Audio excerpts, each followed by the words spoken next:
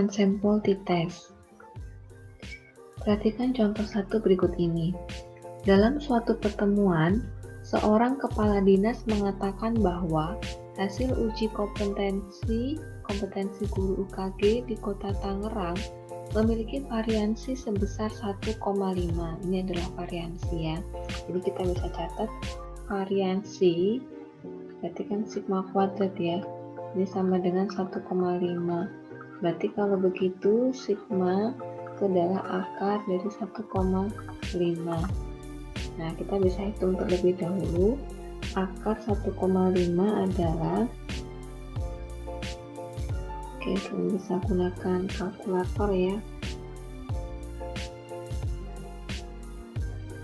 Akar dari 1,5 hasilnya adalah 1,225 ya. 1,225. Ini pembulatan. Oke, guna menguji serta rata-ratanya adalah 6. Berarti rata-rata di sini ini sebenarnya adalah mu karena rata-rata lama ya, berarti 6. Guna menguji kebenaran pernyataan ini, seorang peneliti pendidikan mengambil 15 sampel acak. Berarti N-nya ada 15. Kemudian data UKG dari 15 guru tersebut adalah datanya. Berarti nanti kita cari dulu berapa X bar dari nilai ini, rata-rata dari 15 sampel ini. Lalu berdasarkan data tersebut, apakah peneliti bisa menerima klaim pernyataan kepala dinas pada taraf signifikansi 5%? Jadi nanti kaitannya adalah apakah sama dengan 6 atau lebih besar atau lebih kecil begitu ya dari pernyataan dari klaim si peneliti ini. Nah, langkah pertama kita harus mencari nilai rata-rata ini. Oke, kita akan cari nilai rata-ratanya. Kita akan menggunakan Microsoft Excel ya. Oke, tadi kan kita mau mencocokkan ya. Tadi nilai ininya adalah 1,5 variansinya. Berarti kalau begitu simpangan bakunya adalah sama dengan SQRT square root ya dari 1,5 masih 1,2247 jadi atau 1,225 jadi benar ya. Oke, sekarang kita cari nilai rata-ratanya dari datanya sudah saya pindahkan ke sini ya, yang di soal tadi sama dengan average dari 15 data ini. Hasilnya adalah 6,533. Oke, kita akan tuliskan ya untuk 6,53 gitu ya. Ya, berarti rata-ratanya di sini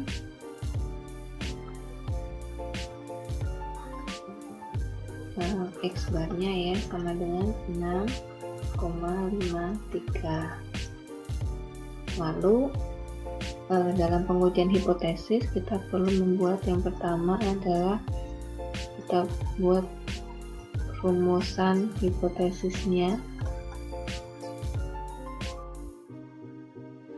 H0-nya apa dan H1-nya apa. Kita lihat H1-nya berarti di sini kan tidak ada yang mengunggulkan salah satu, misalkan lebih baik atau lebih jelek atau apapun itu ya. Jadi karena tidak ada kejelasan di sini ya, berarti kita menggunakan dua arah. Berarti mu-nya di sini, mu-nya adalah tidak sama dengan 6. Karena rata-rata lamanya adalah 6 ya di sini ya. Jadi theta 0 atau mu 0-nya adalah 6. Ini adalah mu 0 atau rata-rata lamanya. Berarti kalau begitu H0-nya adalah kebalikan dari H1, yaitu mu sama dengan 6. Oke, yang artinya berarti rata-rata baru itu tidak sama dengan 6. Kalau tidak sama dengan berarti bisa jadi lebih kecil atau lebih besar. Tapi karena di soal ini tidak menunjukkan salah satu, berarti yang jelas berarti hanya ingin menunjukkan bahwa rata-rata yang baru nanti tidak sama dengan 6. Lalu H0-nya berarti rata-ratanya sama dengan 6. Ya, dianggap bahwa 15 sampel acak guru ini dianggap rata-ratanya sama seperti rata-rata yang awal. Nah, kemudian yang kedua, alfa yang digunakan adalah 5% ya. Jadi soal di sini 5% atau sama dengan 0,05. Sehingga uji kritis yang digunakan adalah uji Z. Jadi kita gunakan uji Z di sini. Mengapa? Karena variansi populasinya diketahui. Itu.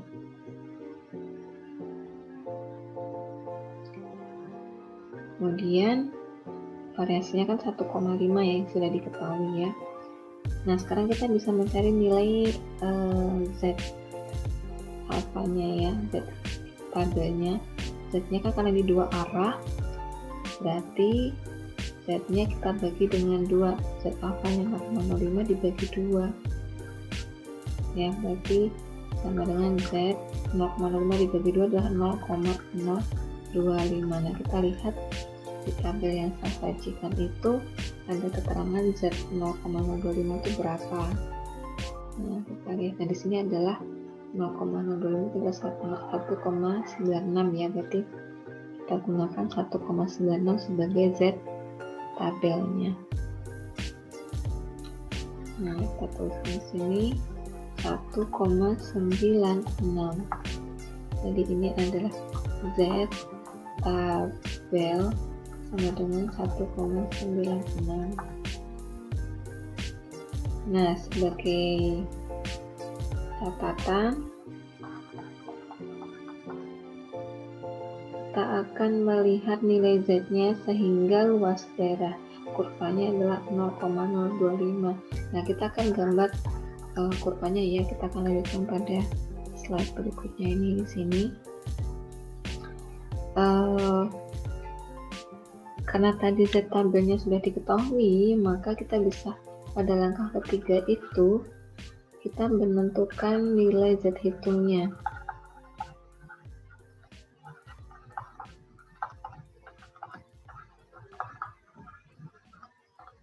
Nilai Z hitung adalah rumusnya Z hitung sama dengan X bar min mu per sigma per akar N. Nah, tadi X barnya sudah dicari, hasilnya adalah 6,53 dikurangi mu-nya 6, sigmanya adalah 1,5, akar berarti tadi hasilnya adalah 1,225 ya, akar 1,5 1,225. Nah, ini di sini 1,225 per akar 15. Nah, kita akan hitung dulu, berarti 0,53 1,225 per akar 15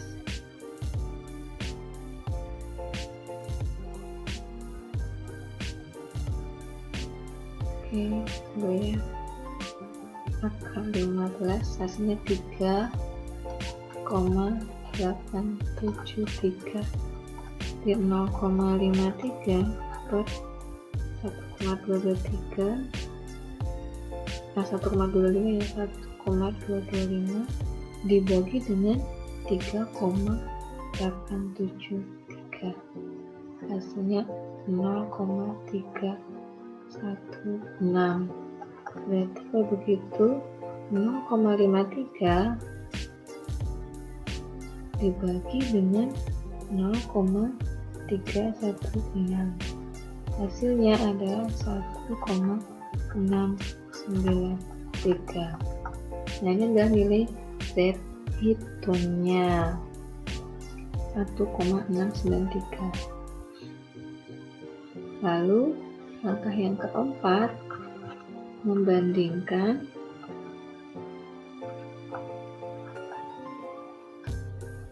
nilai Z hitung dengan Z tabel. Nah, kita bisa buat kurvanya terlebih dahulu ya.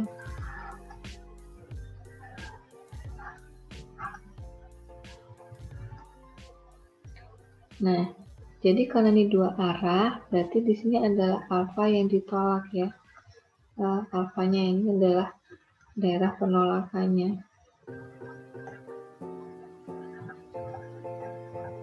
Daerah penolakan ini juga daerah penolakan. Jadi ini daerah yang diterima yang di dalam ini. Berarti kalau begitu kan masing-masing, karena tadi kita dapat Z alfa hitung, Z alfa tabelnya adalah Z alfa per 2 ya, 1,9, berarti di sini negatif 1,96 ya. Lalu di sini Z alfa per 2 sama dengan 1,96. Karena Z hitungnya adalah 1,693, jatuh pada daerah penerimaan ya, 1,693.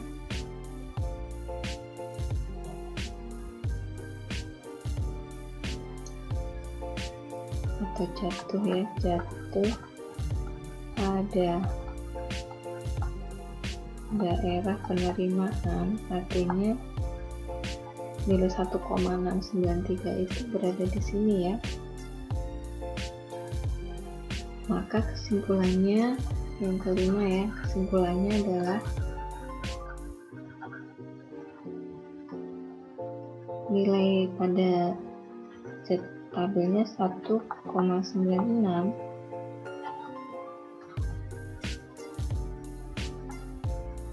itu begini ya. Jadi Z hitung di sini itu nilainya lebih dari min 1,96 karena Z hitungnya adalah 1,693 dan kurang dari 1,96.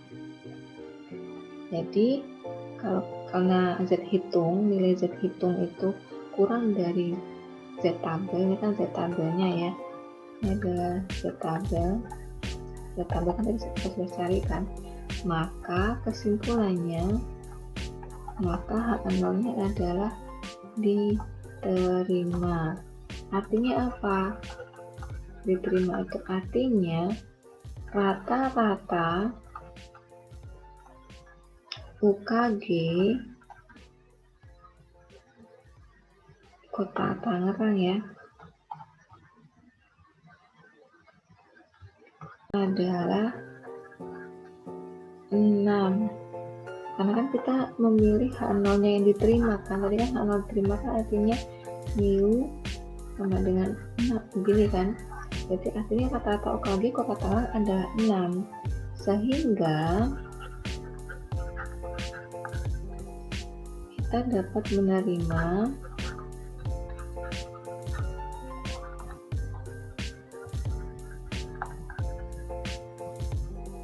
bahwa menerima klaim pernyataan dari kepala dinas gitu. Jadi tadi kan kepala dinas kan ingin mempertanyakan kira-kira rata-rata UKG guru di Kota Tangerang itu yang baru apakah sama dengan 6 atau tidak. Karena kesimpulan diambil adalah rata-ratanya sama dengan 6, maka kita dapat menerima klaim pernyataan dari kepala dinas gitu. Nah itu soal pertama. Masih ada contoh soal kedua. Bila sigma tidak diketahui ya, berarti kalau bila sigma tidak diketahui, ini kita menggunakan apa? T ya, T-test. Rata-rata waktu yang dibutuhkan oleh mahasiswa untuk mendaftar ulang pada awal semester di Universitas A pada semester yang lalu sekitar 45 menit. Berarti kalau begitu diketahui mu sama dengan 45 menit. Lalu suatu pendaftaran baru dengan memakai komputer yang dilengkapi dengan software sedang dicobakan yang diharapkan dapat mengurangi waktu pendaftaran mahasiswa dibandingkan dengan cara lama. Untuk itu diambil sampel acak sebanyak 10 mahasiswa, berarti N-nya adalah 10. Dengan memakai cara pendaftaran tersebut, ternyata rata-rata waktu yang diperlukan untuk mendaftar adalah sekitar 35 menit. Berarti ini adalah X barnya. Ini kan yang baru, rata-rata yang baru ya, 45 menit. Dan simpangan baku berarti sigma 9,5 menit ya. Kita sama dengan tanda ini. Lalu apakah Anda percaya dengan tingkat sekitar 1%? Berarti alfanya sama dengan 1% atau 0,01. Apakah Anda percaya bahwa rata-rata waktu mendaftar ulang kurang dari 45 menit? Nah, ini kurang dari 45 menit. Berarti pakainya satu arah, yaitu arah yang ke kiri, uji pihak kiri ya, karena kurang dari. Nah, sekarang langkah pertama, seperti biasa, kita rumuskan hipotesis. Hipotesis berarti H0 dulu apa dan H1 apa gitu ya. Nah, untuk H1 nya mu kurang dari 45 ya, nih ya, 45 menit. Lalu H0 nya berarti mu nya sama dengan 45 menit gitu ya, sama dengan 45 menit. Nah, yang kedua, alfanya adalah 1% ya, 0,01. Berarti kita bisa mencari nilai T-nya. Di sini kita harus melihat pada nilai T tabel. Jadi cara membacanya adalah karena satu arah ya, berarti alfanya tidak perlu dibagi menjadi dua. Jadi T alfa, lalu T alfa, kemudian N dikurangi 1. T 0,01, N nya adalah 10, berarti 10 dikurangi 1 sama dengan berapa? Nah, silakan nanti lihat di tabel. T 0,01 dikali 10-1, itu hasilnya adalah, oke sebentar ya, kita lihat tabel dulu. Nah, ini adalah nilai tabelnya. Tadi kan alfanya 0,01, lalu n-nya kan 10, berarti 10 kurang 1 kan 9, berarti kita lihatnya di sini 9, tarik ke kanan di 0,1 ya, yaitu hasilnya 2,821. Oke, kita tuliskan di slide yang tadi ya, 2,821. Nah, berarti di sini menjadi 2,821. Nah, karena ini adalah arahnya ke kiri, maka kita tambahkan tanda negatif di sini, karena kan daerah penolakannya terletak di sebelah kiri ya. Jadi bisa sebagai catatan, digunakan uji T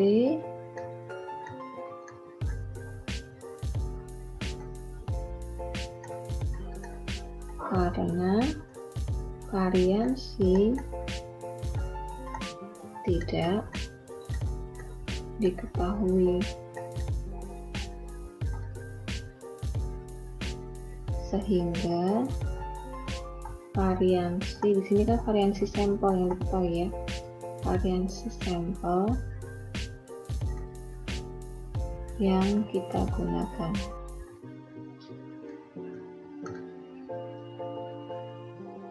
Sebentar. Yang digunakan. Oke. Nah, kemudian langkah ketiga, kita tentukan nilai hitungnya.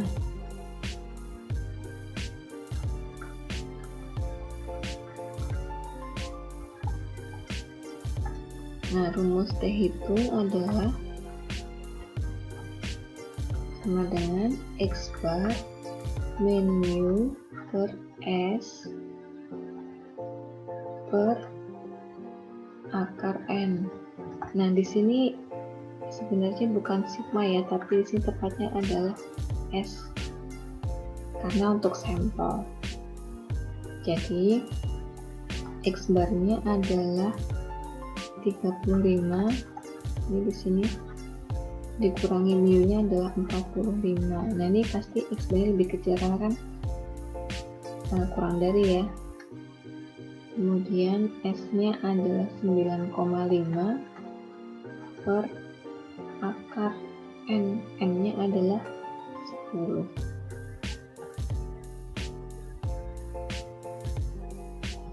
Berarti hasilnya adalah min 10 per 9,5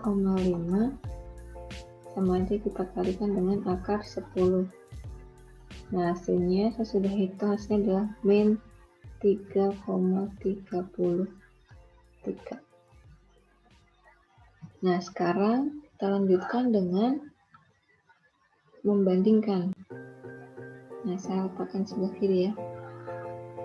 Kita membandingkan, ini adalah langkah keempat. Membandingkan T hitung dengan T tabel. Nah, kalau kita buat kurvanya ini ya, jadi kan kalau di sebelah kiri berarti ini yang daerah penolakannya. Dengan alfanya tadi kita sudah carikan T alfanya, yaitu negatif 2,821. Jadi ini ada daerah penerimaannya ya. Nah, nilai di sini T hitungnya adalah min 3,33 dan T alfanya adalah min 2,821. Jadi kita bisa lihat bahwa T hitungnya itu lebih kecil dari nilai T tabel. Karena kan min 3,33 itu lebih kecil dari min 2,821.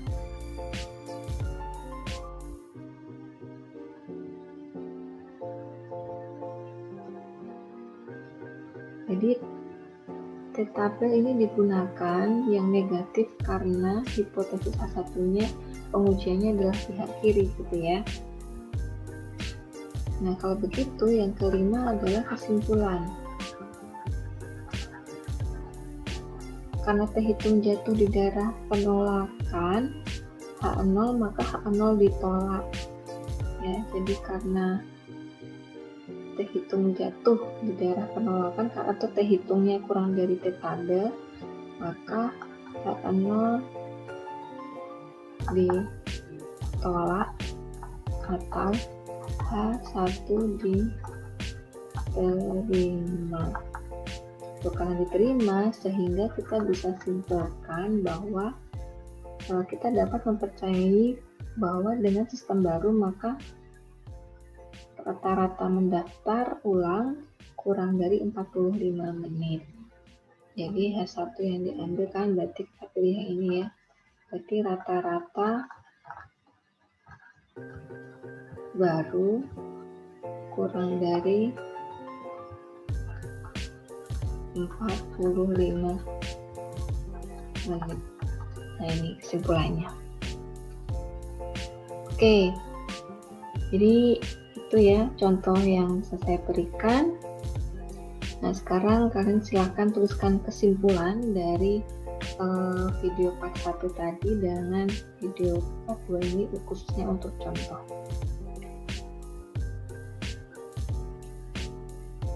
Sekian presentasi dari saya dan penjelasan mengenai sampel satu paparan ini ya, atau one sample test ini. Semoga dapat dimengerti, dan jika ada pertanyaan silahkan dituliskan pada forum diskusi.